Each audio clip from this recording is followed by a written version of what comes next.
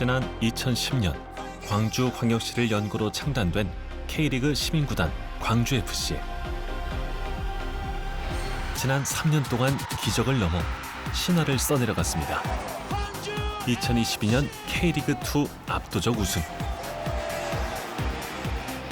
2023년 K리그1 3위 돌풍, 그리고 마침내 사상 처음 출전한 아시아 챔피언스리그 엘리트 무대에서 K리그 팀으로는 유일하게 8강 진출의 위협을 달성했습니다.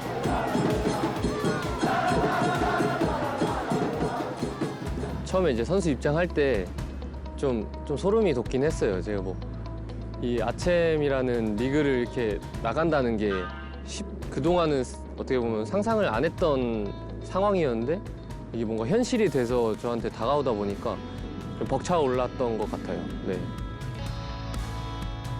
시민구단이라는 태생적 한계를 딛고 아시아 정상의 문을 두드렸다는 사실.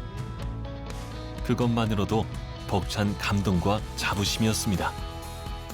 예전에 저 어릴 때 열정, 봤던 그런 열정이 보여지고 한국의 1등인 것 같아요. 전략이나 이런 면 봤을 때 광주에 사는 사람들 너무 뿌듯하고, 그러니까 어떤 어려움 속에서도 이겨내는 모습 봤을 때 저도 그런 리더십에 많이 배우고 있습니다. 그러나 영광의 뒤편, 그림자는 더 짙게 드리워졌습니다. 프로축구 광주FC가 성적과는 별개로 운영자금 부족으로 심각한 재정난을 겪고 있습니다. 꿈의 무대에 나서기 위해 선수단은 불어났고 인건비는 치솟았지만 수입은 그 뒤를 따르지 못했습니다. 결국 2024년 한 해에만 약 23억 원의 막대한 순손실을 떠안았습니다. 선수 영입 금지 1년, 집행유예 3년이 부과되었습니다. 구단이 좀 개선될까? 변할까? 안 변하더라고요. 더 악화되었으면 악화되었지. 이게 어쨌든 프로는 선수들도 마찬가지고 저는 구단도 마찬가지로 생각을 해요. 결과로서 보여줘야 되는 게 구단이라고 생각하고 프로라고 생각합니다. 그래서 이게 어쨌든 이렇게 하고 있습니다라고만 말만 하지 마시고 어려움이 있으면 저희 서포터나 저희 팬들한테도 한번 이렇게 같이 조언도 구하고 자원도 구하고 이렇게 좀 같이 갈 수 있는 그런 방향으로 갔으면 너무 좋겠고요. 비단 광주만의 문제가 아닙니다. 현재 K리그 전체 25개 구단 중 과반이 넘는 15개 팀이 시민구단입니다. 그 대다수가 세금에 의존해 자생력을 잃고 4년짜리 정치 시계의 미래를 저당 잡힌 채 비효율적인 운영으로 비판받는 악순환에 갇혀 있습니다. 일각에서는 기업 구단 전환을 추진하자는 목소리가 나오지만 아직은 시기상조라는 신중론에 무게가 실립니다. 사실 최근 우리나라의 이 기업의 경영 환경을 보면 녹록지가 않죠. 기업 구단으로 보면 한 200억에서 250억, 많게는 300억을 투자해야 될 기업이 나와야 되거든요. 쉽지가 않죠. 저는 경기장에 모인 팬들의 수나 미디어의 노출수, 또 기아 타이거즈와 비교해서 광주FC가 갖는 주목도, 이런 것들을 비교했을 때 팔더라도 그런 것들이 다 완성됐을 때 그 가치를 인정받는 것이죠. 그러니까 지금은 할 수 없이 단기적으로 중기적으로는 시민구단으로 갈 수밖에 없습니다. 결국 구단의 자생력을 강화하는 일이 선행되어야 합니다. 이를 위해선 도시의 정체성을 구단의 DNA에 새기는 팀 철학을 정립해야 합니다.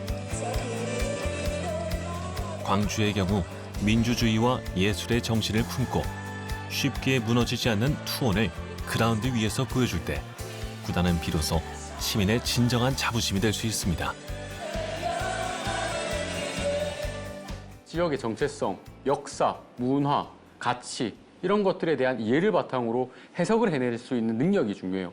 그게 되면 자연스럽게 첫 번째, 우리 구단은 그래서 이렇게 축구를 할 거야 라는 축구 철학이 형성되고, 그 축구 철학이 형성되었을 때 우리는 어떻게 게임을 할 거야 라는 하우의 개념의 게임 모델과 플레이 원리를 이해할 수 있게 되고, 이렇게 되면 자연스럽게 스카우팅 시스템이 형성이 되고, 왜? 우리 이런 축구를 할 거기 때문에 우리는 각 포지션에서 이런 선수들이 필요해 라는 기준점을 만들 수 있고, 이게 되면 자연스럽게 성인팀뿐만 아니라 유소년팀 체계를 다져갈 수 있거든요.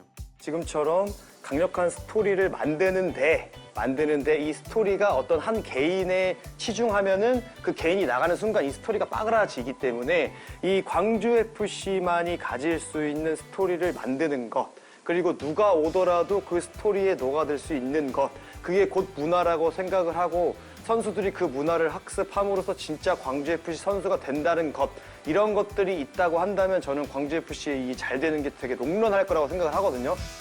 이처럼 모두가 공유하는 팀 철학을 기반으로 지역 밀착 마케팅을 펼치는 것이야말로 시민구단의 가장 중요한 원칙입니다.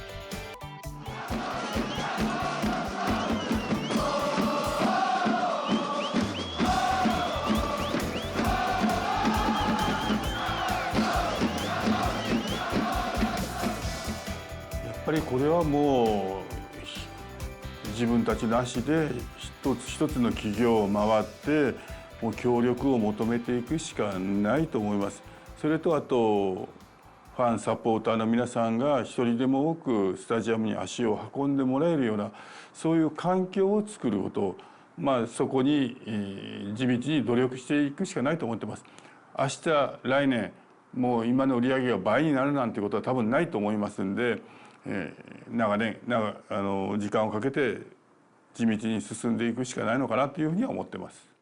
より早く、優勝争いできるようなチームになるために投資をする可能性はありますが、投資だけで強くなろうという考えはあんまりなくて、しっかりアカデミーであったりとかユースをしっかり育てていって、できれば将来的にはこの長崎出身の選手たちが多くいるようなチームで優勝争いをするようなチームを目指していきたいと思います。 K리그 대구 FC가 운영하는 엔젤 클럽 역시 모범적인 사례입니다. 지역민들이 자발적으로 구성한 이 후원 네트워크는 매년 10억 원 이상을 모금하며 구단의 든든한 버팀목이 되고 있습니다. 계시는 분은 여기 지금 계시는 분은 엔젤 다이아몬드인데 1년에 1억씩 내면서 10년간 약정을 하셨습니다. 10년간. 1년 1억씩이요? 네. 1,000만 원씩. 1,000만 제가 이제 1억까지. 네, 10년. 네. 오늘 이제 아너스. 네. 아너스. 여기 네, 여기도. 왜냐면 100만 원. 네네. 10만 원짜리, 100만 원짜리. 엔젤은 100만 원. 근데 시장이 여기 내면 이름 걸어줄 수 없죠. 선거법상. 네, 맞습니다. 정치인들 안 되죠. 네, 안 됩니다. 내가 1,000억을 내고 싶은데 낼 수가 있어야지.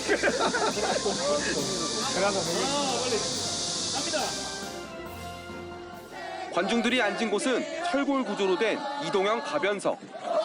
축구 팬들은 놀이기구를 탄 것처럼 무섭다며 불안감을 호소했습니다. 우리 팀이 서포팅을 하려고 해도 불안해서 뛰지를 못하겠어요. 무너질까 봐. 시민구단의 또 다른 걸림돌은 노후화된 시설입니다. 대부분 지자체 소유의 종합운동장을 빌려 쓰는 탓에 관중들은 축구에 온전히 집중하기 힘든 형편입니다. 육상 트랙 너머로 아득히 먼 선수들. 낡은 좌석과 부족한 편의시설은 팬들의 발길을 돌리게 하는 주 요인입니다. 구단도 계속 지속적으로 저희 선수들 그리고 팬들이 더 좋은 경기장에서 관람을 할 수 있도록 지금 이 월드컵 경기장이 물론 좋지만 정말 제대로 된 전용 구장을 만들어가지고 시와 잘 협력을 해가지고 전용 구장을 만들어 주셨으면 좋겠습니다. 대구는 도시재생이라는 거대한 비전에서 해법을 찾았습니다. 2019년 쇠퇴하던 원도심에 들어선 DGB 대구은행 파크는 경기장 하나가 어떻게 도시를 바꿀 수 있는지 보여준 대표적인 혁신 사례입니다.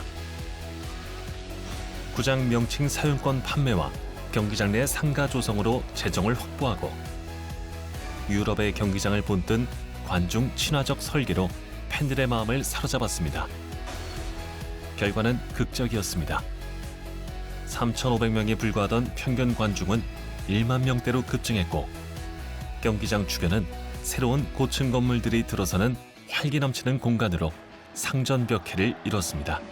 이 경기장이 어떻게 이 구도심을 또 살리고 있잖아요. 원래 여기도 제가 알기로는 대구에서도 되게 발전하지 못하는 그런 구역을 알고 있었는데 경기장 들어와서 경기가 있을 때마다 이렇게 활기찬 모습을 보여주고 장기적으로 많이 좀 생각을 하시고 좀 이런 걸 어떻게 광주에 적용할 수 있을까라고 고민하시면 좋은 그림 기대할 수 있을 것 같습니다. 여기 대팍은 항상 팬들과 같이 뛰는 느낌이라고 해야 될까? 정말 무서워요. 이 팬들이 역습 나갈 때 환호하는 거랑 그런 거가 정말 무섭고 후반전에는 정말 부담스러울 정도로 그런 게 있는 것 같아요. 그래서 정말 그런 부분들이 정말 많이 부럽고 경기장보다 전 그게 제일 더 부러운 것 같아요. 반면 광주FC를 비롯한 대부분의 시민구단은 지자체와 체육회 등으로 이어지는 복잡한 관리 체계로 인해 팬 수요에 맞는 경기장 활용에 어려움을 겪고 있습니다. 지금처럼 누구 어떤 기관에 의존해서 구장을 이용하고 승인을 받고 이런 것들보다는 과감하게 장기적으로 보면 광주FC가 그 구장에 대한 운영권 이런 것들을 받아서 광주FC에 맞게끔 색깔을 입히고 그 구장에 맞게끔 운영을 하고 그 공간들을 또 다양한 마케팅 장소나 체험 장소 또 수익을 창출하는 장소로 운영했을 때 궁극적으로 광주FC다운 그런 축구 프로축구 구단이 되지 않을까 생각이 듭니다. 2025 시즌 화성FC가 K리그2에 합류했습니다. 파주와 김해, 용인 역시 K리그의 문을 두드리고 있습니다. 이는 무엇을 의미할까요? 지역 소멸의 시대, 시민구단은 단순한 스포츠팀 이상의 역할을 부여받고 있다는 증거입니다. 도시의 정체성을 세우고 사람들을 연결하며 미래 세대에게 꿈을 심어주는 지역 공동체의 심장으로 인정받기 시작한 것입니다. J리그와 K리그 시민구단의 몇몇 성공 사례처럼 인프라 개선과 경영 혁신을 넘어 구단만의 공고한 철학 위에 지역의 뿌리를 단단히 내릴 때 시민구단은 시의 재정으로 영영하는 존재가 아닌 도시를 먹여 살리는 자랑스러운 시민 자산으로 거듭날 것입니다. 단기적으로는 시민구단으로 가야 되는 상황이라면 과감하게 재정을 좀 늘려주고 그 재정에 맞게끔 시민사회가 함께할 수 있는 다양한 스포츠 프로그램들을 축구와 만들어내는 그러면서 오늘은 정말 광주FC의 유니폼을 입고 경기장에 가야 되는 그 설레임이 있는 그런 구단으로 한번 만들어내야 되는 것이 어떠한 의무 아닐까요? 이게 시의 의무라고 생각합니다.